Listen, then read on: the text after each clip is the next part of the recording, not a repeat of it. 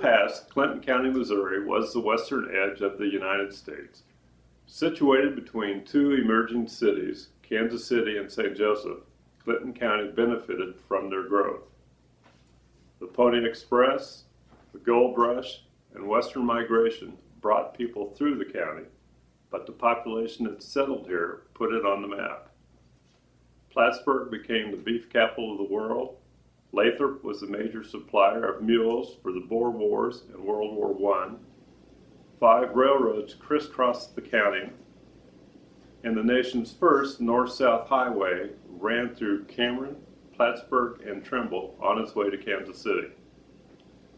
Clinton County was home to David Rice Atchison, president for a day, James Harvey Birch, Missouri Supreme Court judge, Willis J. Wynn, president of the Cleveland Federal Reserve, and James Marshall, early leader of the Manhattan Project.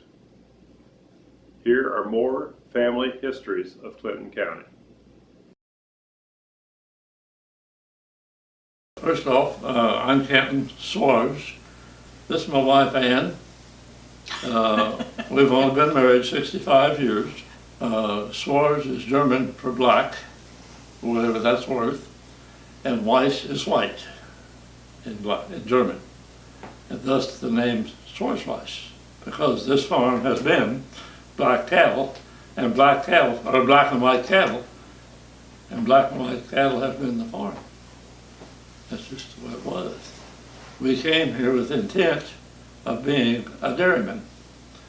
I was born in Platte County, Missouri, but was raised in Platte County, northwest of Ashland.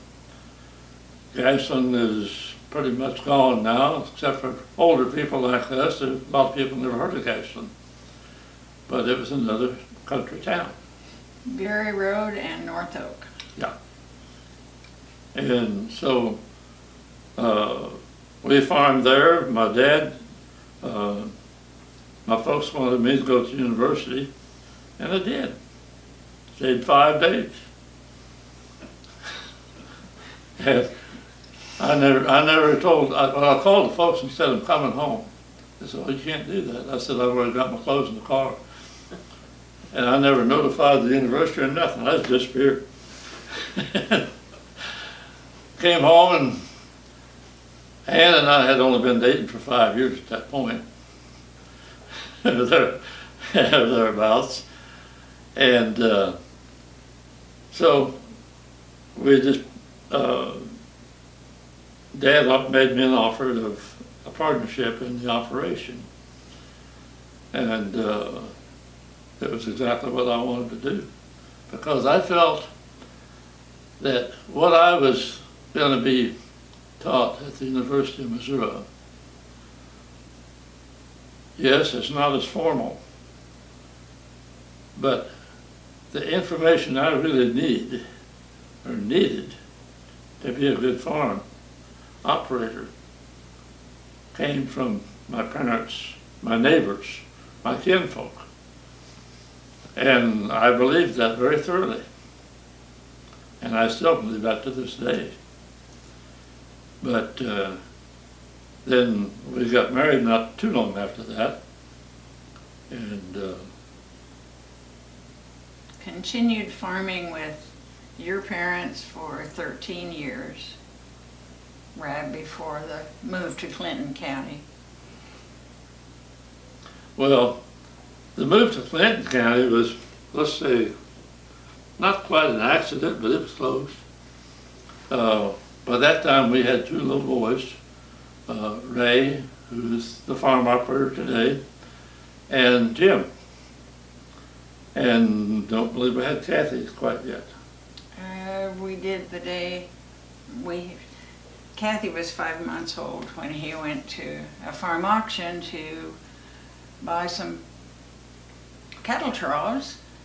There was a man by the name of Frank Thompson who was in the community, somewhat of a farmer. He also operated a sod business. And I had looked at this farm couple of years prior to that and made an offer on it. And he turned me down. And we went to the sale to buy some hog trough and sheds because Frank had a lot of hogs. And so we just was through with the sale. I don't remember if we bought anything really. I don't know if we bought sheds or not, that's immaterial. But what happened was I had always liked this farm because number one, there wasn't a bunch of old buildings on it that was going to be in my way for what I wanted to do.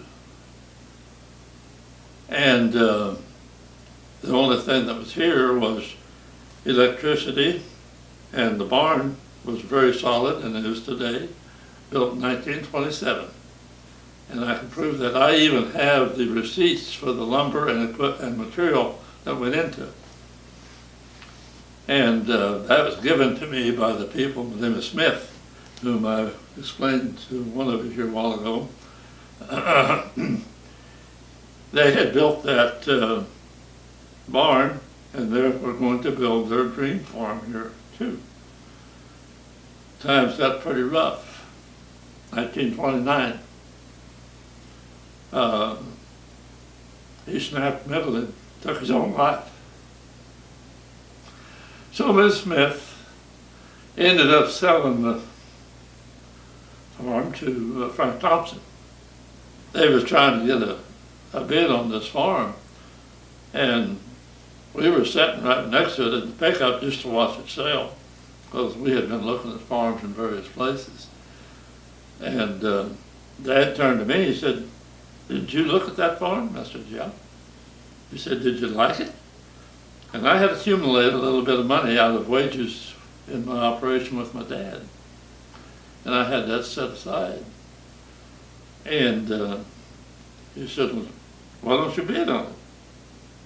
I said, "I don't have any money." So he said, "You've got this money that's on account with us, with Mom and I." And so I throwed my finger up and bingo, they dropped it on me. I went home, and Ann and my mother... It was his mother's birthday, and we were preparing for birthday dinner for Grandma. And they came in and said, "Well, probably something I had to tell you. I bought a farm today."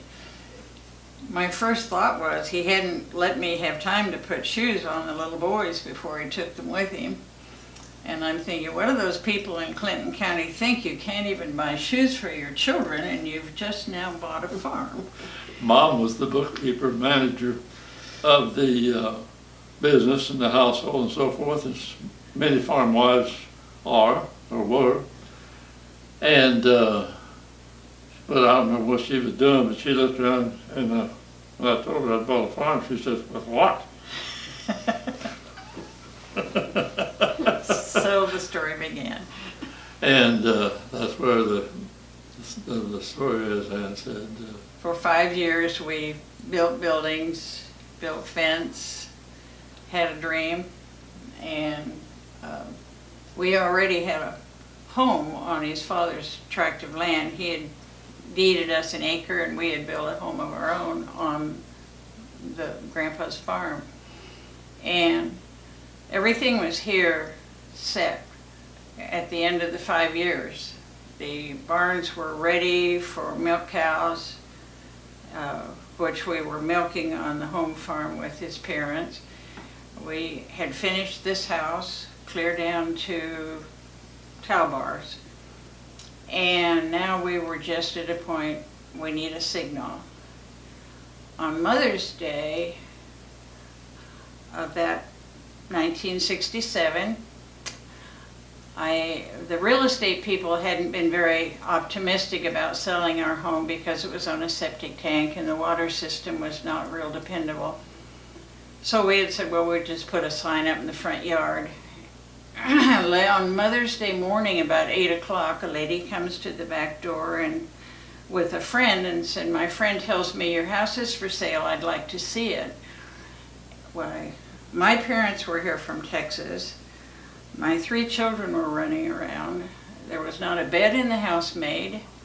There were dishes everywhere preparing for Mother's Day dinner before we went to church, but I ushered her in and took her through the house. And he came in about that time from milking, and I said, "You can show this lady the basement," and I thought that was the end of that. As we were just finishing Mother's Day dinner, a gentleman came to the back door. Kenton went to the door, and he said, "Mom says she likes your house. Could I write Ma you says a she check likes for your you?" house. Yeah, Ma says she'd likes your house. Could I write you a check for it? That was a signal, and it didn't take us very long. They wanted 30-day possession, so in 30 days the signal was flashed and away we went. Well, it turned out that the season did not allow him to finish with his dad before we made the move, so that whole summer he would go down and help his dad on the farm and milk cows down there, come back home in the middle of the day and pour concrete for the concrete lots, go back home that night and milk cows. And this went from June until middle of September, until everything was ready and we were able to move the herd of cows and the rest of our family up to the farm, because he was getting up at 4 in the morning and getting back home from milking about 9:30 at night. So a lot of people keep hours like that, but they weren't the kind we were used to. And that began the milking and the dairy business on Schwarzweiss farm. well, I'm going to give some of your last name is Shaver, I believe. All right, I'm going to give the Shavers some credit in here. There's people who milk cows, and there are people who are dairymen. And I had found Ronald to be a pretty good dairyman. And I picked up a lot from Ronald, going to shows and sales and just what have you, through him. But anyway, I do want to give him credit there. But my mindset, or well, our mindset, but especially mine, kind of depends on which side of the, whether you're in here or outside. My way of doing things, I always kind of had the attitude that if you're doing things the same way your dad or your grandpa did it, that don't work. You've got to keep your eyes and your ears open and go with the flow of good management, good herdsmanship, farming practices. And I had made it, well, we had been farming this property for probably 10 years, and no-till farming caught my eye as being the kind of farming I wanted to do, and we took that on. And as time rocked along, we went 100% no-tilling, and we still are to this day. But I believe in it strongly, and we use our no-till methods in producing very high-quality forage, which goes into our dairy herd. And it is also used, we dairied for right at 30 years. And then I wanted to turn it over to one of my own kids, or our kids, and we mailed everybody a letter, same letter. You know, we want to sell the herd and go into something else. Everybody turned it down. I said, okay, we're going to have an auction. And we sold the dairy herd. And the man that manages our sale had known us for a lot of years, because we had bought, we were buying premium cattle. I would buy one 24,000 pound cow at a sale. And this is taken from DHIA records. And these are things that I learned from Ronald. And I would go home and I would sell how many cows it took to make 24,000 pounds of milk a year of what I had. And that was usually at least 2, maybe 3. I had money in my pocket because those 3 cows going out would more than pay for the 1 good cow coming in. And I'm only going to feed 1 cow. And she's going to produce as much as 2 or 3 that left the farm. And the same way on the no-till, and then making bale silage, legume silage, not corn silage. Now there's where Ronald and I disagreed. he was a corn silage man all the way, but I could see too many faults in it. And that's a story of its own, which we don't have to go into now. The family continued with 3 children, 7 grandchildren, and we're now up to 11 great-grandchildren, aging from 7 months to 11 years old. And 9 of those belong to our son, who is managing the farm. So we're able to watch another generation grow up on the farm. And something about haylofts and little children just have a magnetic effect. That's pretty well the story of the family today. Well, backing up just a little bit, when I called the sale manager, whom I mentioned that we had bought cattle through and from, he came to the farm and was visiting with us, and he knew that we had a pretty good history with our dairy herd, and one thing and another, and he said, "Ken, what are you going to do?" I said, "I don't know, but I've had it with milking cows." And we had gotten pretty well healed up financially, and so that's when I offered it to my kids, and so I said, "Okay, we sell it."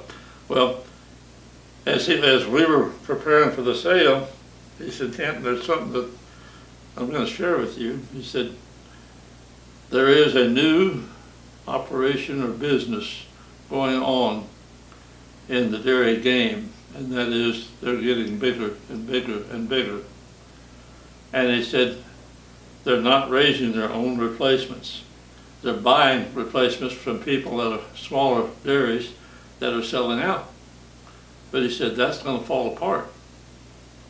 As time goes on and that supply dries up," he said, "they're probably going to," they said, "usually at a sale, I will buy all of the open, unbred heifers at the sale, take them home, and finish raising them, breeding them, sell them to the big dairies of 800 to 1,000, which today is a drop in the bucket." And he said, "You'd fit in there real good." He said, "You've had a lot of experience and a pretty good reputation." And so I said, "Well, keep talking." Because it used to be, you didn't bale till after everything was super dry and dust was flying, and we got to get it baled before the dew goes off of it. A balanced ration to any animal, but a hard-working animal like a dairy cow has to be a balanced ration for many things, but primarily is energy and protein. And the energy comes out of the corn. And this is where I differed with Ron and several other dairymen. I proved that you could breed an animal, genetically breed through selection, an animal to fit a diet. And there's a man in the community, and he's a professional animal nutritionist, has a PhD in it. And he was working out of the university back then. And he was around here a lot. And they kept watching our herd, and production just kept increasing. And I said, "Bob, how far will she go?" He said, "I think you can go to 20,000 pounds of milk and not buy any commercial protein." And believe me, the commercial protein bill for corn silage runs into a lot of money. And, but I didn't get very many other dairymen to follow through on it because it was all dyed in the wool. I went to a sale in the community that a very good friend of mine had, and he had a good, solid reputation.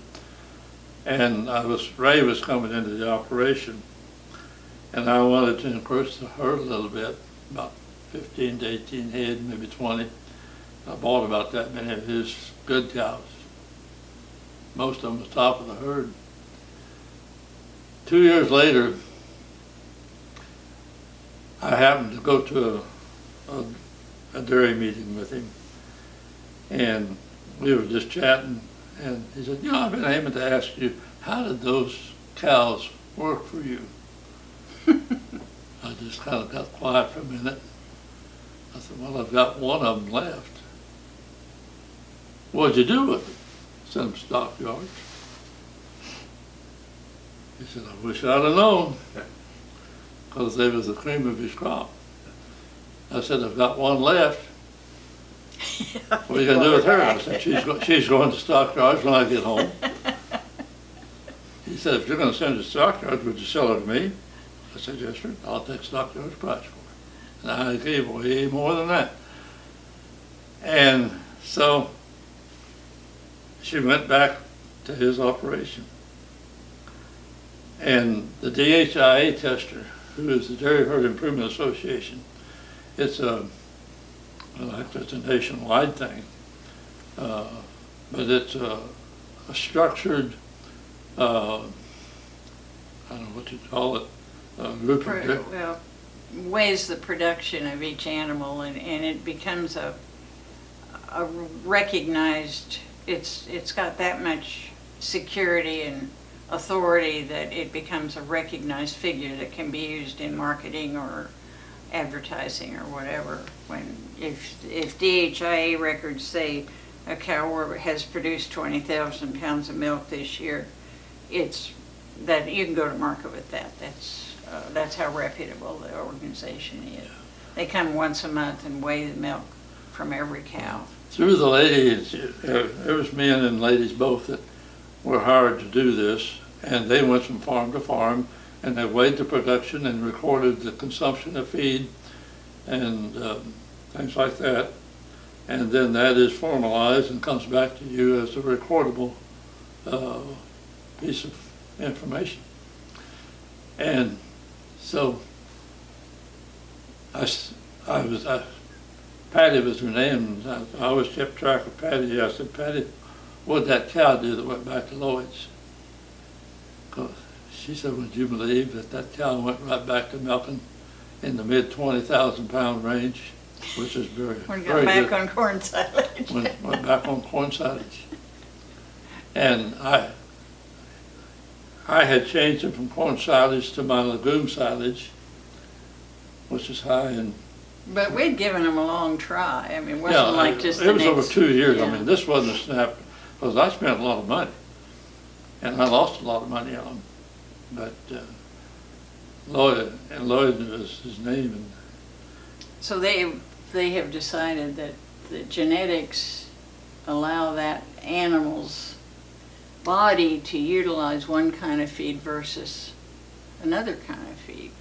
I think we've always lived by the motto that life is full of signals, and that's what we try to tell our children. Give it time, and the signal will appear.